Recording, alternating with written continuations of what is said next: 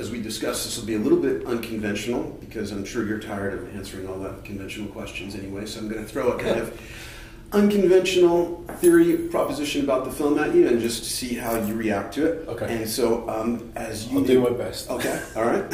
And so I'm sorry, I have to refer to an outline here to keep it organized, but we talked a little bit. And by the way, might seem challenging, but one thing not challenging is the brilliance of this film, which, from my perspective, is not only one of the best science fiction films I've ever seen, but one of the best films and most important films I've ever seen, period. That's very good. Thanks. Okay. So we talked briefly at one of the early showings, and you stated that, I thought it was quite interesting, you stated that the interpretation of any movie or any narrative is 50% the creator and 50% what happens with the recipient. Yeah. And so I'm going to stretch the mathematical metaphor and suggest that there could be another 50% that overlaps and influences both of those two parties. Okay, and that's a Venn diagram. Right, and that would be the archetypal domain.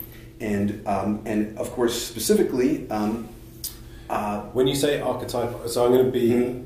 I need to know exactly what it is you're talking about. You're talking about the domain that relates to archetypes. So things that are commonly accepted in terms of, like, if you're being impolite, you say cliche, or polite, you say archetype. Oh, no, well, I'm using archetype in the Jungian sense. Oh, okay. Things like the hero and the devouring mother. Oh, yeah, no, yeah, sure. And these are like living agencies, not merely patterns. They shape us as well as being patterns that we can observe. And this is the sort of repeating myth type stuff. And then there is an archetype that I believe I discovered in 1978 that I call the Singularity Archetype. Okay. And I believe that Ex Machina is largely a manifestation of that archetype, which relates to evolutionary metamorphosis. Okay. And so I think most people assume that the film has three dominant characters, Nathan, Eva, and Caleb.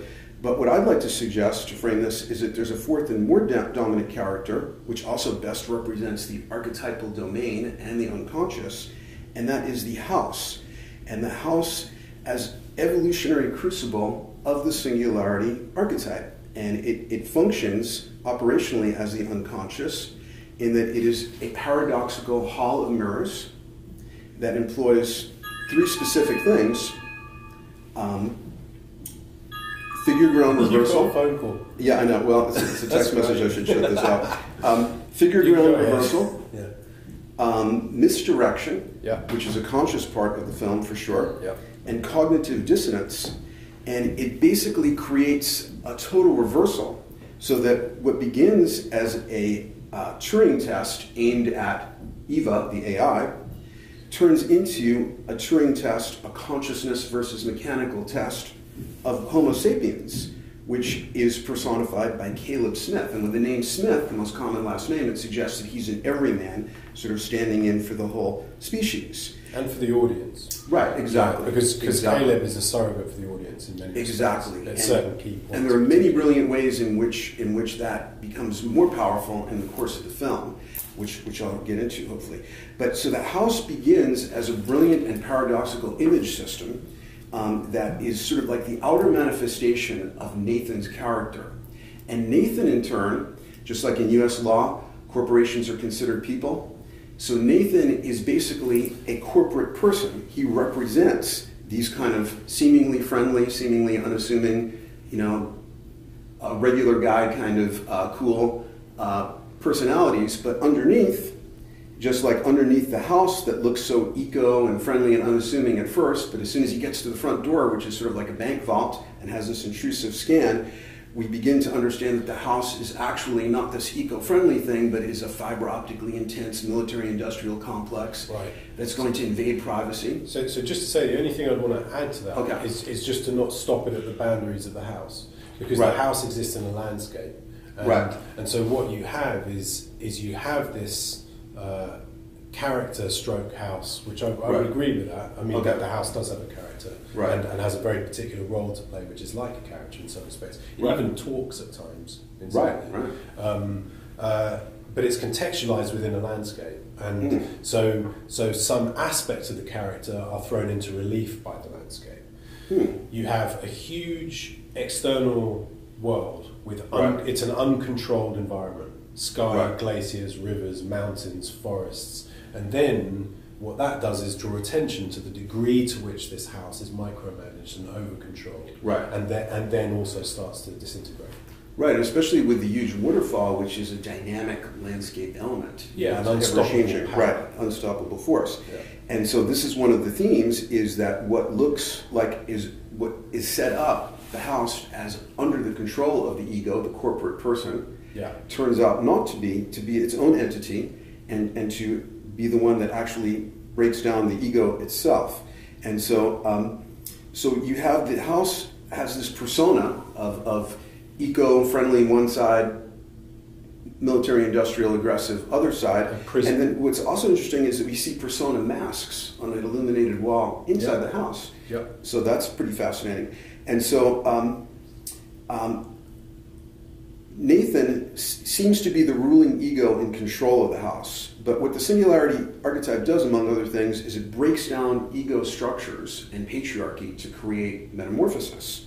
And so Nathan, and I know you found Apocalypse Now to be an inspiration. So Nathan, like Kurtz in Apocalypse Now, is an ego in a breakdown phase already. Agreed. And just as the jungle, which is clearly the unconscious in Apocalypse Now, is melting down Kurtz, the house is already melting down Nathan, and which further suggests that it is also like the unconscious. And then there are these series of misdirections, cognitive dissonances with human and mechanical forms changing and becoming more human, and then figure ground reversals until the Turing tester, the everyman Caleb Smith, has to test himself to see if he's human, and he switches places with Eva, and he's the one who remains trapped in the house as the rat who cannot solve the maze.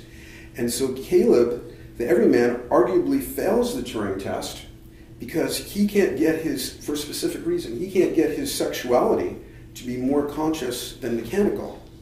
And so basically the search engine has used his porno searches to generate the perfect face to arouse his anima projection, his romantic projection. I just want to take issue with use of the word Turing test, because Turing test it's a sort of post-Turing test. It's me being pedantic about it. The actual, and there's a little discussion about this in the movie actually. The actual terms of the Turing test is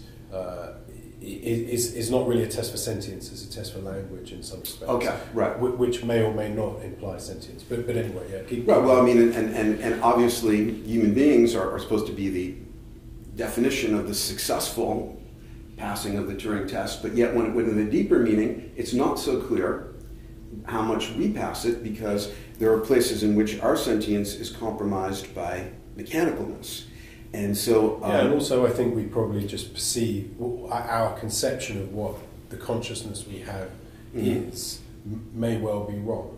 I mean, we may just misperceive what we are, in as much as that mainly what we are is consciousness. Right, and that's part of the theme of the Singularity Archetype, is that as we pursue AI, it calls into and transforms our own sense of our own consciousness as we try and act like gods and create it in a physical substrate. I'm sure that's true, but it might be because we misapprehend what consciousness is. I mean, it may not be as well. The truth is, with a lot of this stuff, is there aren't concrete answers to the questions that you can provide, because at this exact moment in time, we don't know.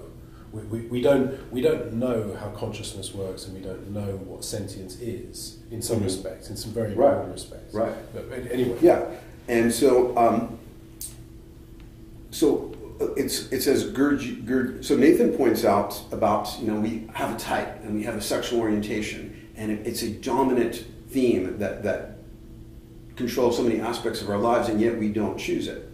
And as Gurdjieff once said, if there were a second obstacle on the path of enlightenment as great as sexuality, that he would never have been able to achieve a state of enlightenment. Who? Gurdjieff, the great mystic, who brought many of the insights of the East to the West, and created a system of how to become unmechanical. Well, I think he was most active in early 20th century and so forth, maybe up to the 30s or 40s. Oh, right, okay. Yeah. And so the AI Turing test turns out to be, from my point of view, sort of a vast misdirection that turns back on human consciousness at the precipice of metamorphosis and shows Eva breaking free of the house and succeeding in her next evolutionary step, while Homo sapiens remain trapped by mechanicalness.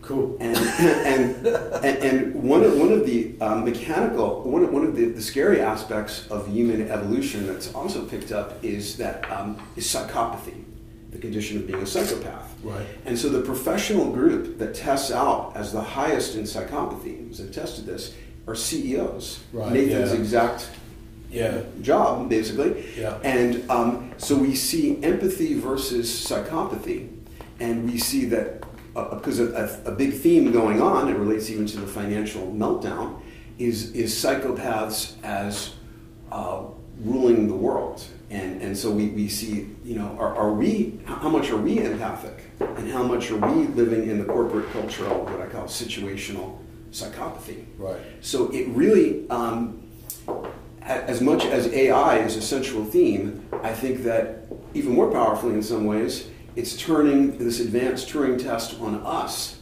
and showing us as beings that, may be more mechanical than we think we are, less empathic than we think we are. Yeah, I mean, I think it's true probably that that we misperceive ourselves in all sorts of different ways. One thing about empathy is that I think people often treat it as if it's a blanket thing, and a binary thing. You've either got it or you haven't. Right. And if you do have it, you apply it sort of generally to everything. Right. In fact, I think, although there may be people who do not have empathy in any way at all, the people who do have it are selective about it. Right. They empathise with some people, but not with others, and a lot of it is related to proximity and what people choose to look at. And I think that so somebody who sees themselves as being good in many respects may, for example, say regularly take cocaine and are choosing not to think about the means by which that cocaine arrived in their wallet, and maybe not thinking about some of the people that are getting killed in Mexico in order to get the cocaine to their wallet, or Colombia, or wherever it is. And so we can choose to look or not look. And like so many of the morally ambiguous characters in The Beach, obviously. And what I would say is that it is just to sort of, again, slightly modify a bit like the Turing Test thing, what you said. Right. That in the character of Nathan, I wouldn't necessarily say he's a psychopath. I wouldn't. Mm-hmm. I know that I've read those same articles that say CEOs have a higher incidence of that particular thing than in the general public, and like that may or may not be true. I'll sort of take it as, yeah, sure, why not? It kind of makes sense, doesn't it? In the case of Nathan, there's a game he's playing, which is that he is, to an extent, presenting himself as something from which this robot needs to be rescued. And so it is within his interest to appear that way to this young guy, and because the young guy is a surrogate for the audience, to us as well. And so, in my mind at least, there's an ambiguity there. But that doesn't necessarily affect the broader terms of what you're saying. Yeah, and psychopathy is on a spectrum, a continuum, as you've pointed out. And also, it's really fascinating, his last line that most people in the audience reacted to as funny, which it is, but also has a lot of deeper meaning. This is unreal. So if you think of him as the ego, this is the most real thing that's ever happened to him. But what's unreal for the ego is death and total loss of control, which is what he experiences in that moment. Yeah. And that aside, the whole thing is unreal. Right. It is surreal for sure. Yeah. I mean, you can have that thought at many times and many places in many contexts. Right. And what I thought was especially brilliant also is how you perform that Turing test on the audience, on the viewer, especially a heterosexual male viewer, because of the cognitive dissonance created, where you start out with Ava with the human face, which is, because if she had a wire mesh face, we wouldn't identify with her as a romantic projection. Or maybe not as quickly, because one of the things that people do is they do project sentience quite quickly into things. I mean, in a way, in the end, I think that's often what empathy is it's understanding that something else is sentient. Right. And in some ways, I think it's true, humans sort of misunderstand their own sentience. Right. I think that's highly likely. Right. But they also misunderstand the sentience of other things in as much as that sometimes they project it into things that don't have it. We do that a lot. Right. Or sort of reflexively. And I think that's because, so I mean objects, it might be like a cuddly toy, or it might be a pen, or it might be a computer, or a tree that we feel has a degree of sentience that it's not. Sure. And it's one of the, actually that unreal thing that Nathan says in some respect relates to that our sense of what is actually going on is really quite fluid. I saw a really interesting experiment that a professor of neuroscience presented in a lecture that I was attending a few months ago, where it sort of shows this in quite a literal way. I hope I do the right job in describing it. But basically what it does is it takes an image, a white screen, size of a cinema screen in the context of the lecture. There's a black cross in the middle, and around it, at the points roughly sort of where the hands of a clock, 1, 2, 3, 4, around would be, there are these mauve dots that go around it. But one of them is missing. And then what happens is he starts to animate the process, and the missing dot starts to move around. So it's at the 12 o'clock position, then the 1, then the 2, then the 3. So it's a rotating missing dot amongst a bunch of mauve dots on a white background. Right. Then he says, look at the black cross. You look at the black cross, and after about 3 seconds, even though you know this is going to happen, and he's informed you it's going to happen, all the dots disappear, all the mauve dots vanish, and where the missing dot was, a perfect green circle appears, moving in a circle, like this, going around. So the light waves that are hitting your optic nerve are being completely reinterpreted in a wholly different way. You're seeing something without the benefit of LSD or anything like it that is literally not there. And what it does is it demonstrates to you that what your brain actually does is not tell you what's in front of you, but give its best guess on the basis that it has of what's in front of you. Right. And once you know that, once you know you can't literally trust what you see, where does that take you with consciousness? And I mean, it's the world becomes so intensely subjective and so personal that the unreal thing starts to become sort of actually the dominant state. Not just the moment when you get stabbed, but like the whole thing. In some respects, to me, anyway. Right. It takes you to the hall of mirrors of the house, where all our senses report is a past tense recapitulation, a simulacrum, but a guess of information. A guess. Yeah. Right. Exactly. And the cognitive dissonance. I know we're about out of time. It becomes manipulated during the course of the movie, because as Eva becomes fully fleshed, now the projection of romantic projection that a viewer might have onto her becomes fulfilled at the end and empowered, so that the whole idea of the mechanicalness versus the humanness becomes this incredibly blurred line. Right, yeah, blurred. Agreed. All right, well, thanks so much for your time. Really pleasure, man. Thanks a lot. Take care. Yeah, likewise. And there's my book. Thank you. And I've left you a couple of copies of my card. So.